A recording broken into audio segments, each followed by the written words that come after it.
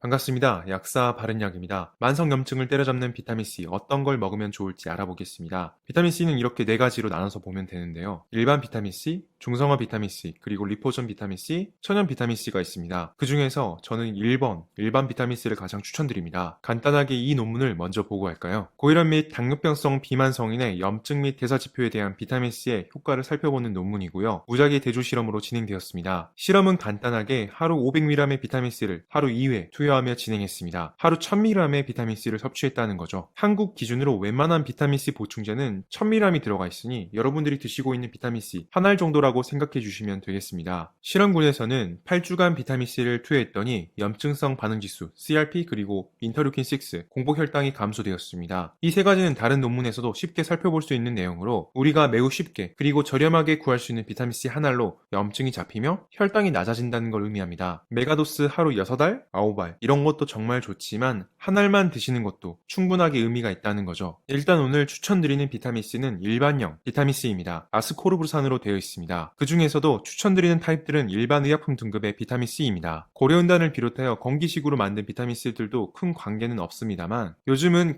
건강기능식품들도 GMP 규정을 많이 지킨 곳들이 있지만 그 규정이 사실 의약품과 다릅니다. 우스갯소리로 GMP를 무엇이라고 부르냐면 존나 많은 페이퍼라고 할 정도로 엄청나게 많은 서류량 그리고 그에 걸맞는 깐깐한 기준들을 내밀고 있습니다. 의약품들은 같은 성분이라고 하더라도 그만큼 깐깐하니 많이 드실 분들 그리고 오래 드실 분들이라면 그 양과 기간을 고려해야 하니 순도가 높은 걸 추천드립니다. 우리나라에서 특히 품질 대비로 정말 괜찮은 것들이 몇 가지가 있는데 그중 하나가 바로 비타민C입니다. 일반 아스코르브산으로 들어가 있다면 다 같은 이유라고 보시면 됩니다. 일반 비타민C를 추천한 이유를 한번 자세히 살펴봅시다. 먼저 pH의 관점입니다. pH, 산도의 관점에서 보면 위산은 pH 1에 가까운 굉장히 강한 산성입니다. 비타민C는 pH가 2.5에 3.5 정도로 굉장히 산성에 가까운데요. 이 산성 때문에 위가 속쓰리신 분들 또는 위에 상처가 있는 분들은 비타민C를 드시기 어려워합니다. 위염이 있거나 역류성 식도염이 있거나 하신 분들은 짜먹는 개비스콘이나 제삼제들 그리고 PPI를 드셔보신 적이 있으실 겁니다. 이러면 위의 산성이 중화되는데요. 위의 기능이 약한 분들도 위산을 잘 만들어내지 못합니다. 이러면 위산의 원래 가장 원초적인 기능, 위산으로 세균을 못 죽입니다. 위산이 약해지면 세균을 잡는 것을 제외하고 소화 능력 또한 떨어지게 되는데요. 위산에 의해 단백질 분해 요소가 활성화되기 때문입니다. 또한 철분제는 비타민C나 오렌지 주스랑 함께 먹으라고 하는데요. 철분이 산성이 돼야 흡수가 잘 됩니다. 그 말은 위산이 정상적이지 않은 분들은 철분 흡수가 떨어진다는 말인데요. 이러한 철분의 특성 때문에 어르신들이나 위장 기능이 떨어지시는 분들은 빈혈에 걸릴 가능성이 높습니다. 잘 먹고 혈액순환이 잘 되면 무슨 다른 약을 먹을 필요가 없는데요. 피가 부족해지면 뭘 먹어도 피곤하고 뭘 먹어도 노폐물이 배출이 잘 안 됩니다. 또한 메이저하게 받아들여지는 이론은 아니지만 한번 소개를 해드리면 위에는 뮤신이라는 위를 보호하는 끈적끈적한 물질이 있습니다. 콧물과도 같은 끈적한 점액층인데 일종의 보호막이죠. 이게 건강하게 분비가 돼야 위가 보호받고 손상받지 않은데 이 점액질이 활성화되는 기준이 바로 위산의 질이라는 겁니다. 위산의 산도죠. 위산이 많아서 속쓰린 건데 사실 위산이 부족해서 뮤신이 부족해지고 약간의 위산에 의해 위가 손상받는다는 말인데요. 뮤신 자체가 활성화되지 못할 정도의 위산 때문에 위가 다친다는 말인 것이죠. 그래서 저산증, 산이 적은 사람도 속쓰림을 느끼고 더부룩한 게 이 이론의 대표적인 설명입니다. 일반형 비타민C의 경우 이렇게 직접적인 산의 공급 역할을 하기에 세균의 사멸 그리고 철분의 흡수를 도와줄 수 있으며 또한 뮤신을 자극해줄 수 있는 여러 장점이 있고 무엇보다도 우리나라의 비타민C가 다른 나라에 비하여 굉장히 품질이 좋고 가격이 깡패입니다. 그 장점을 가장 온전히 누리고 있는 비타민C는 일반형 비타민C라고 할 수가 있겠네요. 그래서 그 비타민C 얼마를 먹어야 효과를 볼 수가 있나요? 얼마를 먹어야 안전하게 먹을 수 있나요? 상한 섭취량과 권장 섭취량, 충분 섭취량에 대한 개념이 있습니다. 상한 섭취량이 넘어가면 부작용이 발생할 가능성이 굉장히 올라가고요. 권장 섭취량 이내로 섭취하게 되면 부족, 결핍증에 걸릴 가능성이 올라갑니다. 그래서 충분 섭취량이라는 개념으로 권장 섭취량과 상한 섭취량 사이로 드시면 됩니다. 2020년 한국인 영양소 섭취 기준을 보면 비타민C의 권장 섭취량은 100mg 그리고 상한 섭취량은 2000mg로 둘 사이 20배 이상의 차이가 있는 걸 알 수가 있습니다. 저희는 상한 섭취량에 비슷하게 먹으면 되는 것이고요. 업체들이 대부분 말속임을 할 때 권장 섭취량을 주로 사용합니다. 대부분 이렇게 권장 섭취량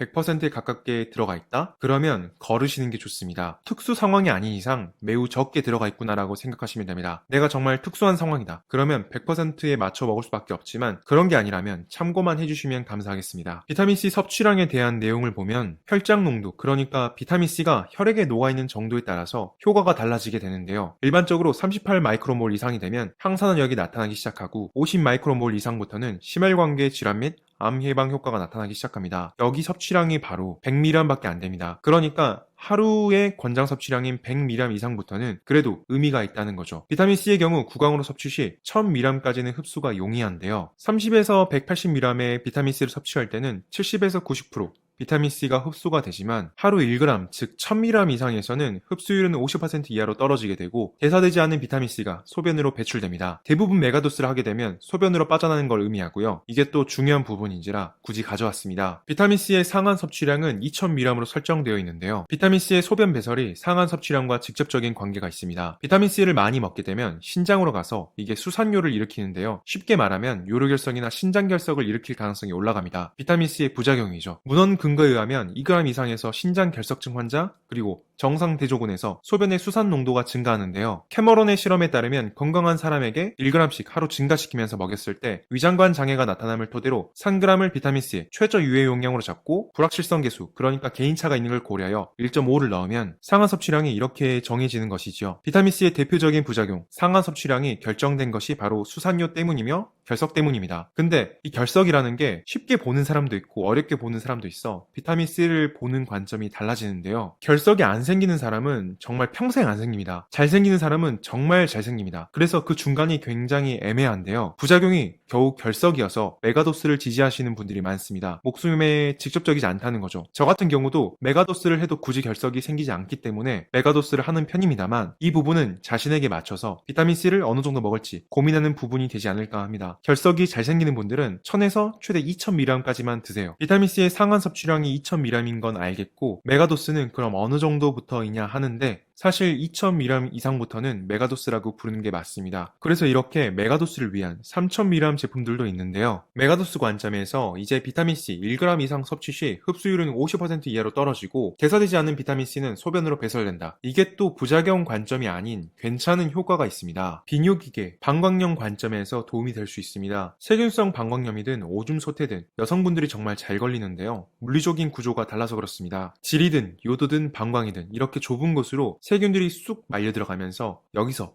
증식을 하면 세균성 방광염, 세균성 질염 이런 게 되는 거죠. 그 중에서도 가장 많이 가는 세균이 이러한 세균들인데요. 물리적으로 항문이 가장 가까우니 대장균이 쉽게 이동하고 대장균이 원인이 많이 됩니다. 소변의 pH는 4.6에서 8까지 굉장히 넓은데요. 이건 사람의 건강 상태에 따라 소변의 산성도가 달라지게 그렇습니다. 소변의 암모니아는 알칼리성으로 pH 8에 가깝게 형성되어 있는데 pH 기준으로 유익균과 병원균의 생존 차이를 보면 pH가 7 이상 8까지 가까워지는 알칼리화가 진행될수록 병원균은 100% 생존에 가까워지는 것을 볼 수가 있습니다. 적당히 산성화돼 있어야 유익균이 생장하고 병원균이 죽는데 우리가 프로바이오틱스, 주로 유산균이라고 부르는 애들, 결국 유산, 산이 있어야 애들이 살아남고 병원균과 싸워줄 수 있습니다. 이제 다시 앞에서 봤던 걸 다시 뭉쳐보겠습니다. 비타민C는 2.5에서 3.5에 해당하는 매우 산성에 해당하는 비타민이며 하루 1g 이상 섭취 시에 흡수율은 떨어지고 대사되지 않는 비타민C가 소변으로 배설됩니다. 이 소변이 모이는 곳이 바로 방광이며 방광이 산성화된다는 말은 유익균이 생장하며 병원균이 생장하기 어려운 환경이 된다는 말로 방광염을 예방하는데 비타민C가 어느 정도 도움이 될 수 있다는 겁니다. 또한 남성분들이 쉽게 걸리는 과민성 방광을 보면 정상 방광은 이렇게 꽉 차 있을 때 소변감이 마려운데 과민성 방광, 소변을 자주 보시는 분들은 적당히 소변만 차더라도 이미 소변감이 몰려옵니다. 전부는 아니지만 방광이 늙어서 방광의 노화에 의해 밀어내는 압력을 버티지 못해서 발생하는 현상인데요. 비타민C는 대표적인 항산화제로 세포를 덜 늙게 해줍니다. 방광에 비타민C가 오래 있을수록 자주 있을수록 방광이 덜 늙는다는 것이고 방광질환이 생각보다 많이 감소하게 됩니다. 그래서 결석이 잘 안 생기는 체질이라면 일반형 비타민C가 여러모로 이러한 이점이 있기 때문에 일반형을 추천드리나 결석이 잘 생기는 분들은 용량 자체를 줄이셔야 합니다. 오늘 영상이 길어져 다음 영상에서 소개해드린 비타민C들로 넘어가시면 되겠습니다.